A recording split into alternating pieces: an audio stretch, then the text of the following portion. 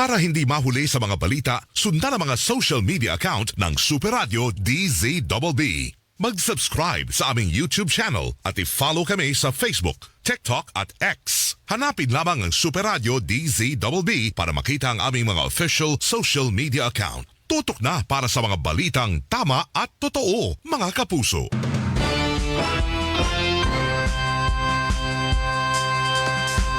Sa balita, yan ang aming panata. DZBB Super Radio 594. Laging naka-alerto, serbisyong totoo. DZBB Kapuso nyo sa radyo. Walang kinikilingan, walang pinoprotektahan. Serbisyong totoo lamang, walang iwanan. May paninindigan, matatag maaasahan. DZBB Super Radio 594. Kapusong Pilipino, lahat Super Radio. DZBB serbisyong totoo. Walang kinikilingan, walang pinoprotektahan. Serbisyong totoo lamang, walang iwanan. DZBB Super Radio. DZBB Super Radio #1. GMA Super Radio DZBB. Balitang tama, balitang totoo. Oras, 1 minuto makalipas ang alas 3. Gising na! Balitaan na! Maiinit na balita, hindi pa huhuli, hindi pa titinag. Mga balitang sabay-sabay nating mamarkahan. Markado! Kasama si Mark Makalalad. Markado! Magandang madaling araw mga kapuso. Ngayon po yung araw ng Miyerkules, ika-6 sa buwan ng Mayo taong 2026. Tara na at markahan ang mga balitang dapat yung malaman. Mga balitang siksik, mabilis at detalyado. Ito po ang programang Markado kung inyong kapuso, Mark Makalalad. Markado! Sa latag ng ating mga balita, unahin natin. Inflation rate o bilis ng pagtaas ng presyo ng bilihin at serbisyo sa bansa nitong Abril sumirit sa 7.2%. Mula yan sa 4.1% na inflation rate noong Marso at tinuturing na pinakamataas sa loob ng 3 taon. Ayon sa Philippine Statistics Authority, nangunguna sa dahilan ng pagtaas ng inflation rate ang mabilis na pagtaas ng presyo ng pagkain at hindi nakalalasing na inumin. Nakambak din sa mataas na inflation rate ang pagmahal ng gasolina at diesel, mabilis na pagtaas ng renta sa bahay, singal sa tubig at kuryente at presyo ng LPG. Markado! Purchasing power ng piso sumadsad sa pinakamababang antas sa gitna ng bumilis na inflation. Ayon sa Philippine Statistics Authority o PSA, ang halaga ng piso noong 2018 ay katumbas na lang ng 73 centavos nitong April 2026. Ibig sabihin ng halaga ng 100 piso noong 2018 ay bumagsak na sa 73 pesos na lang ngayon.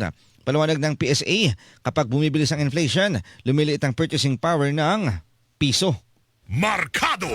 Utay-utay na pagbabayad sa buwan ng bil sa kuryente, ipinag-utos ng Energy Regulatory Commission o ERC. Pero paglilinaw ng ERC para lamang ito sa mga kumukonsumo na hindi lalagpas sa 200 kWh kada buwan. Marami nang bayaran ng bil sa kuryente sa loob ng 3 buwan. Maliban dito, pinasususpende rin ng ERC ang pagpuputol ng koneksyon ng kuryente sa mga hindi pa nakababayad. Markado!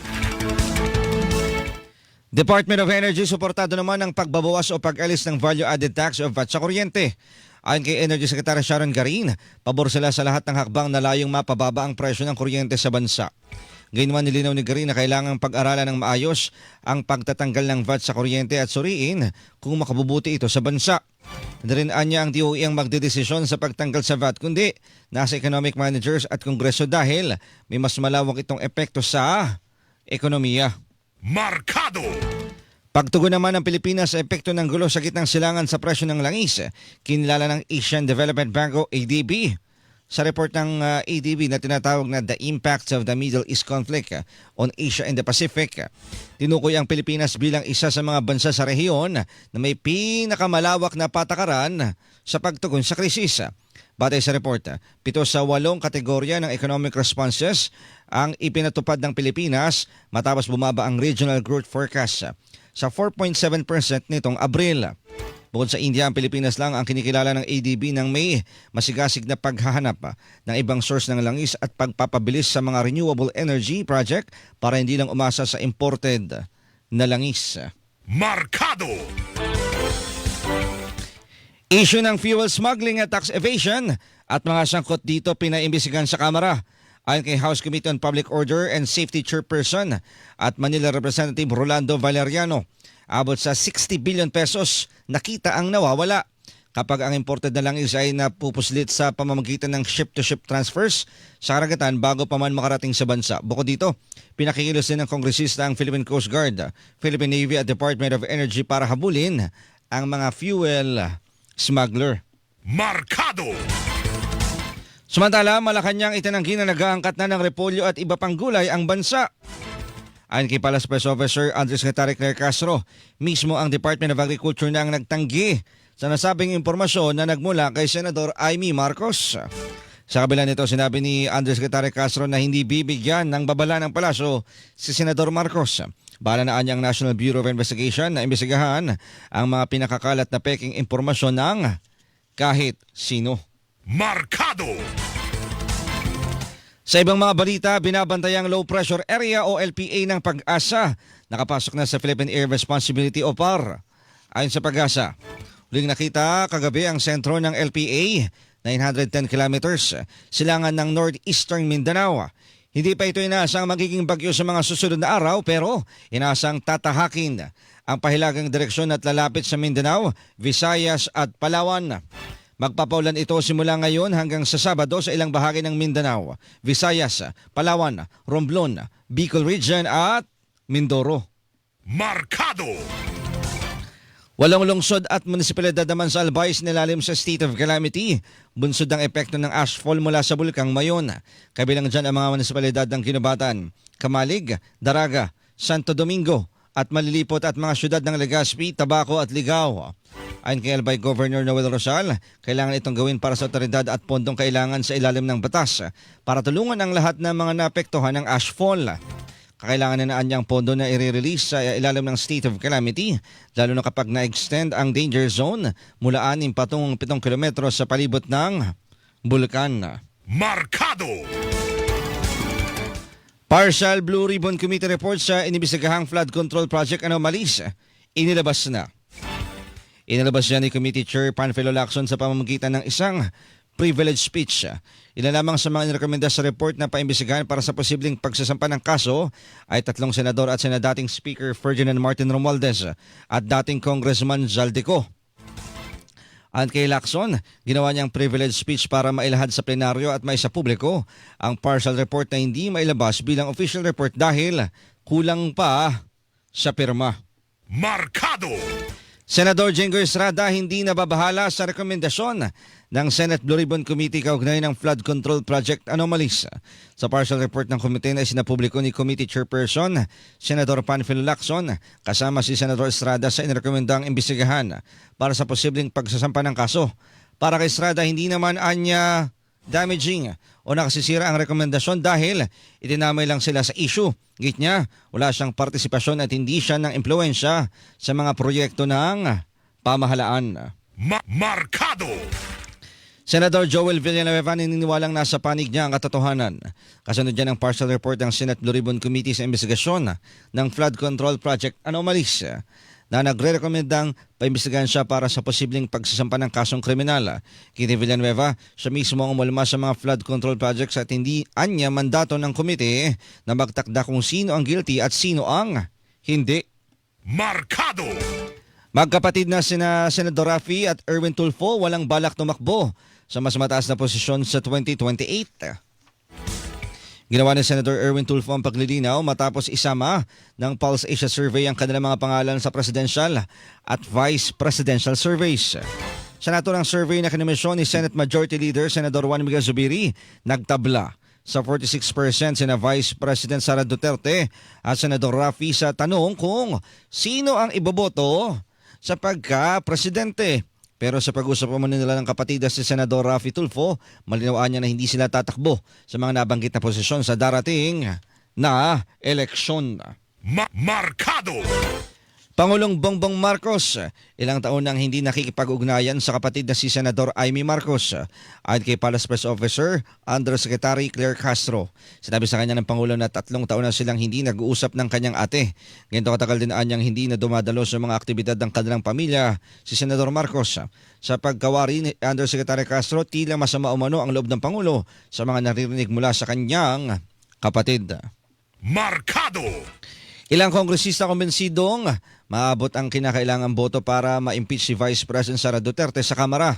Ayon kay House Committee on Justice Vice Chairperson Jose Alvarez, may bulong-bulungan sa Kamara na maaaring humigit pa sa 120 ang boboto para sa impeachment. Sinabi naman ni Bicol Saro Party List Representative Terry Redon na abot sa 200 kongresista ang boboto pabor sa committee report. Para naman kay House Committee on Justice Chairperson Jervy Luis Ro, ang malalantad na ebidensya sa mga itinaos sa pagdinig ang magpapa-impeach sa Vice Presidente.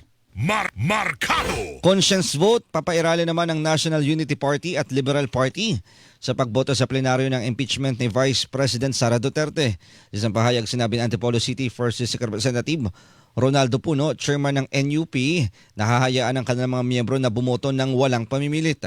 Giti Puno, isang proseso sa ilalim ng konstitusyon ng impeachment at hindi maituturing na isang partisan exercise. Sinabi naman ni mamamayang Liberal Party List Representative Laila de Lima na noong Marso pa nila na pag-usapan ng Liberal Party ang pag-iral ng conscience vote. Markado! Ilang kongresista na napasama sa listahan ng mga umunoy umatras sa pagsuporta sa impeachment ni Vice President Sara Duterte, umalma. Kabilang dyan si Baguio City Representative Mauricio Dumogan na iginiit na fake news ang nasabing impormasyon. Sa katunayan, nilinaw ni Dumogan na kabilang siya sa 55 miyembro ng Justice Committee panel na bumotong pabor sa committee report at articles of impeachment laban sa Vice Presidente para iakyat sa plenaryo ng Kamara. Ginit din ni Palawan 2nd District Representative Jose Pepito Alvarez na bumoto siya pabor sa committee report pero nagpasabi na hindi siya boboto kapag nakarating na sa plenaryo ang articles of impeachment. Markado! At Vice President Sara Duterte, umaasa na matutuloy ang 2028 presidential elections. Sa panayam sa Vice Presidente sa The Hague, Netherlands, iginit niya na isa siyang presumptive candidate matapos niyang magdeklarang tatakbo sa 2028. Dasal ng Vice Presidente mairaos ang eleksyon ng tapat, maayos at mapayapa. Samantala sa mga nagsasabing ma-impeach siya, sinabi ni VP Sara na walang problema kung sa mga ordinaryong Filipino nang galing ang pahayag pero ibang usapan anya kung galing iyon sa mga mambabatas. Markado!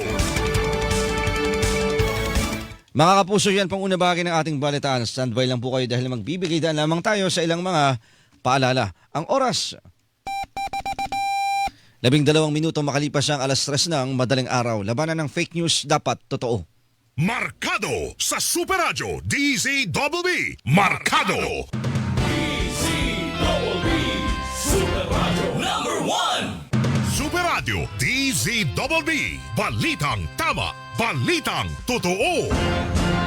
Mercury Drug, gising 24 oras sa mga piling lugar. Mercury Drug, tumutulong para sa kalusugan ng bayan. Para sa iba pang impormasyon ng kanilang serbisyo, bisitahin ang website www.mercurydrug.com. Pagbabalitang walang kinikiningan, walang pinoprotektahan, walang kasinungalingan, serbisyong totoo lamang.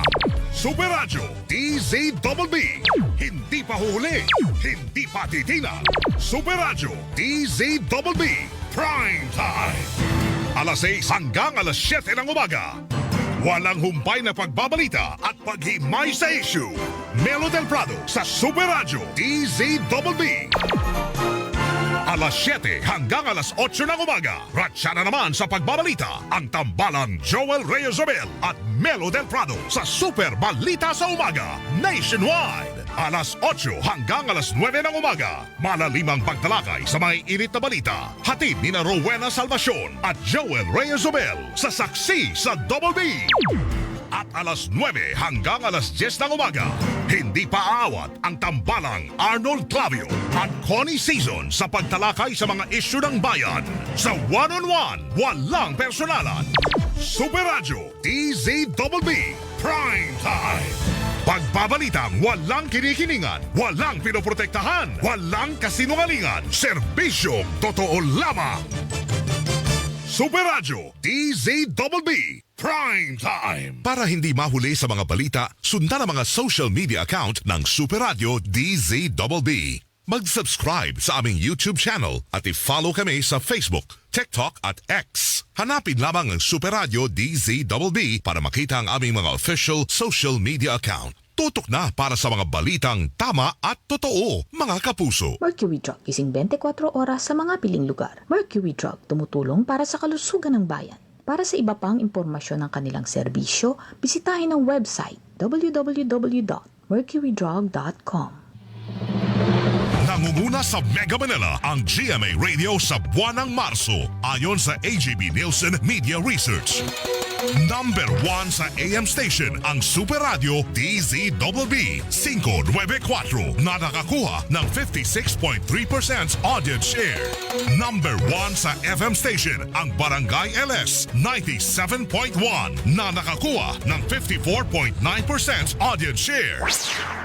Damang-dama namin ang init ng inyong pagmamahal, mga kapuso at kabarangay. Maraming salamat po dahil kami pa rin ang numero 1 sa inyong puso. Super Radio DZBB at Barangay LS 97.1 GMA Radio number 1. DZBB Super Radio number 1. Mga kapuso, ako po si Rowena Salvacion. Lubos po ang aming pasasalamat dahil kami ang inyong pinagkatiwalaan sa pagbabalita. Hindi namin sasayangin ang inyong pagtitiwala mga kapuso, kaya naman dito sa Super Radio DZBB, makatitiyak kayo na walang kinikilingan, walang pinoprotektahan. Noon at ngayon, serbisyong totoo. DZBB Super Radio number 1. DZBB Balitang Totoo. Kayo'y nakikinig sa Markado.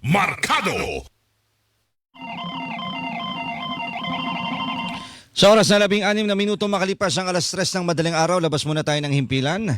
Department of Energy nakaabang sa development kaugnay ng panukalang alisin ng VAT sa elektrisidad. Alamin natin ang buong detalye sa ulat ni Carlo Mateo. Kuyang Kaloy. Department of Energy sa development kaugnay na mga panukala na suspindehin, bawasan o tuluyang alisin ang value-added tax o VAT sa kuryente. Ayon pa sa DOE, malaking tulong ito para mapababa ang singil sa elektrisidad. Sa kabila nito, pinahayag ng Energy Department na ang Department of Finance at ang Kongreso pa rin ang makapagdedesisyon kung aalisin ng VAT sa kuryente. Ito'y para matiyak na mababawasan ang pasanin ng publiko nang hindi naapektuhan ang pagbibigay ng serbisyo sa mamamayan. Tiniyak naman ng Energy Department na handa silang magbigay ng technical input sa epekto ng energy sector ng mga isinusulong na hakbangin. Ako si Carlo Mateo ng GMA Super Radio DZBB Balitang Totoo. Kayo'y nakikinig sa Markado. Salamat sa ulit na yan, Carlo Mateo. At mga kapuso, huwag kalimutang i-follow ang aming social media account. Hanapin lamang Super Radio DZBB sa Facebook, sa X mo na dating Twitter at maging sa TikTok. Meron din po kaming YouTube channel. Search lamang Super Radio DZBB at mag-subscribe. Salamat po mga kapuso at syempre, salamat sa mga kapuso nating mga maagang humising nakatutok. Ayan, sina Buboy Menyes, Antonina Fangon, Zail Aloyra, si Gerardo Bertulfo, Bimbo Flores, good morning. Ayan, kana Nelson Malinaw, kay Tita Cora Santo Tomas, Nanay Grace at Nanay Dory de la Cruz. At sa mga motorista pong laman ng kalsada ngayon ha, ingat-ingat po saan man tayo papunta. Yung mga OFW nating mga kapuso, nasa Facebook Live naman nakatutok. Ay magandang araw po sa inyong lahat. Markado. Balik tayo sa balitaan. Tomahawk cruise missile ng Amerika ginamit sa pagsasanay bilang bahagi ng 2026 balikatan sa Tacloban City.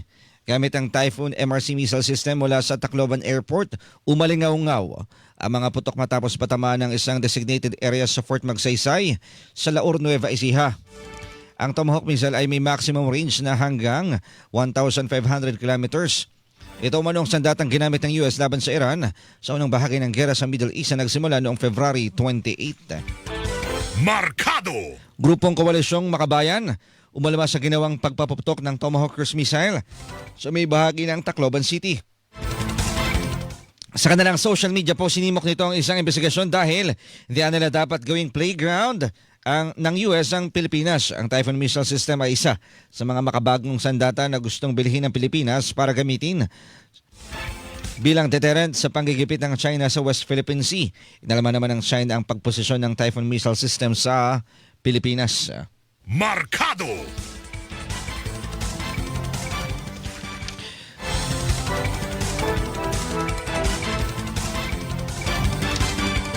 Samantala, Japanese Minister Shinjiro Koizumi at Defense Secretary Gilberto Teodoro Jr. nagpulong para sa ugnayang pangdepensa ng dalawang bansa.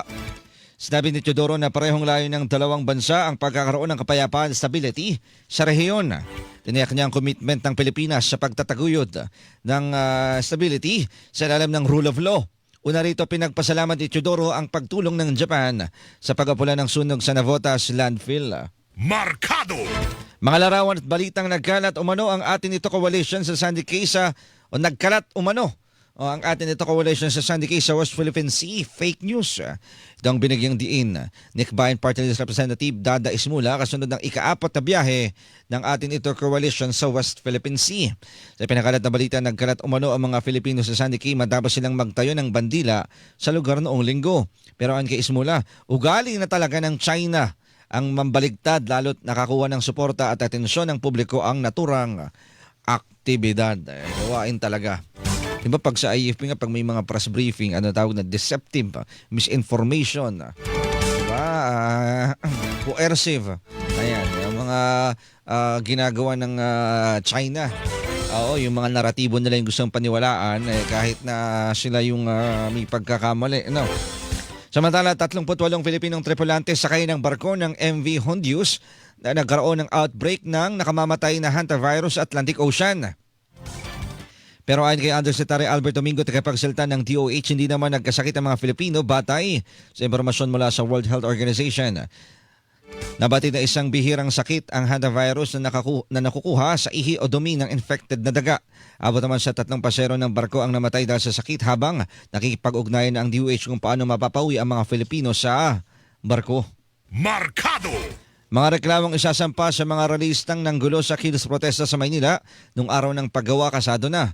Ayon kay Lieutenant Colonel Jun Abrazado, Station Commander ng Manila Police District Ermita Station, reklamong physical injury, direct assault, robbery at paglabag sa Public Assembly Act ang isasampa nilang reklamo. Laban kay Jerome Adonis, chairperson ng Kilosang Mayo 1 at ilan pa nitong kasamahan dahil sa pagsusunog ng FEJ at panggugulo. Pinag-aralan din umano ng MPD kung sasampahan ng reklamo si ACT Teachers Party List Representative Antonio Tino na kasama rin ng mga realista ng magkagulo. Markado! LTO nangungunang ahensya ng gobyerno na mabagal ang pagtugon sa pangangailangan ng publiko. Batayan sa datos ng Anti-Red Tape Authority o ARTA. Bumaba naman sa pangatlong pwesto ang Food and Drug Administration na pinaka-inireklamo noon sa issue ng ease of doing business.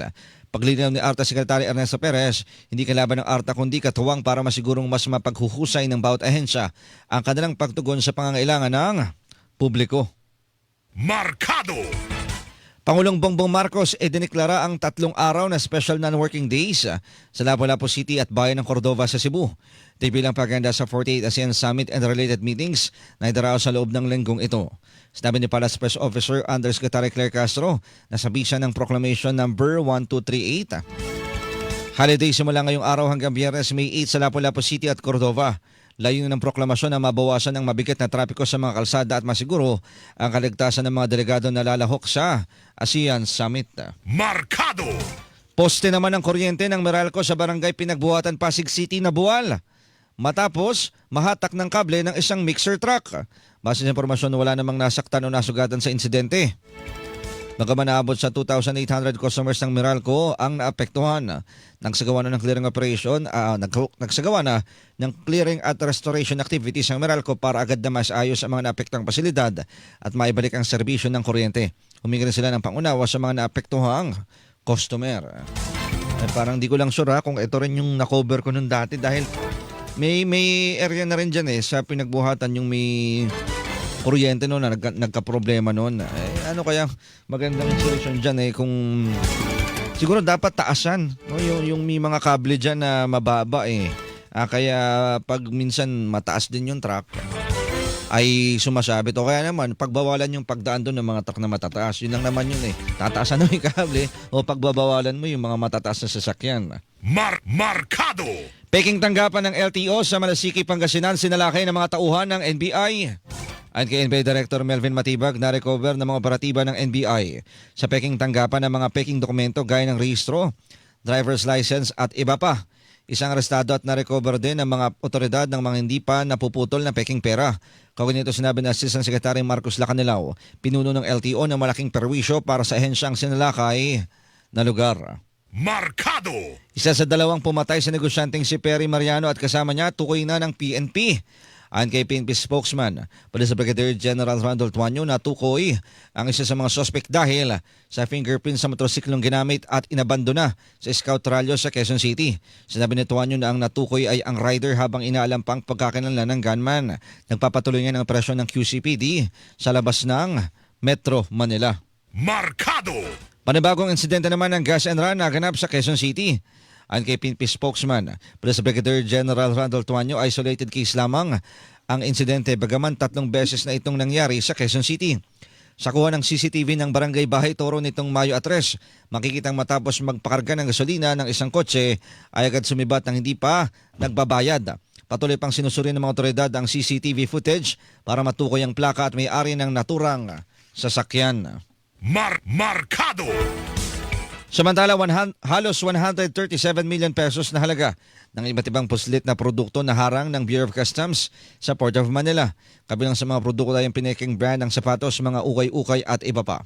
Kasama rin dito ang halos 17 million pesos na halaga ng puslit na agricultural products gaya ng malagkit na bigas at asukal na nakalagay sa sakong may tatak na Thailand pero pawang galing umano ng China.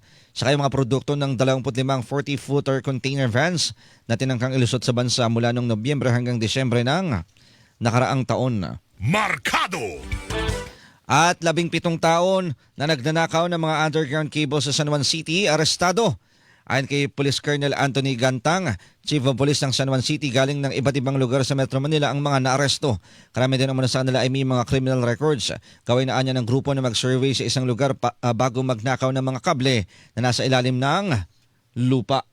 Markado! At nahuli kami na panggugulo ng mga minor de edad sa isang jeepney sa Las Piñas City, pinamisigan ng NCRPO. Unang iniulat ng SPD na batay sa kanang inisyal na investigasyon, nagugat ang insidente sa pagpupumilit ng mga minor de edad na sumampa sa jeep kahit hindi na ang driver. Agad naman umanong narespondan ng mga tauhan ng Southern Police District ang insidente. Alinsunod sa batas, dinala na sa DSWD ang mga bata para sa karampatang assessment. Markado! At mga kapuso, dyan na po nagtatapos ang ating balitaan, mga balitang siksik, mabilis at detalyado. Salamat po sa mga nakasama natin sa loob at labas ng himpilan. God bless us all. Antabayanan po susunod na programa, Umaga na Balita na kasama si Alan Gatus. Mga kapuso, dito sa DZBB, walang kinikilingan, walang pinoprotektahan. Noon at ngayon, serbisyong totoo. Markado sa Super Radio DZBB. Markado! Super Radio DZBB.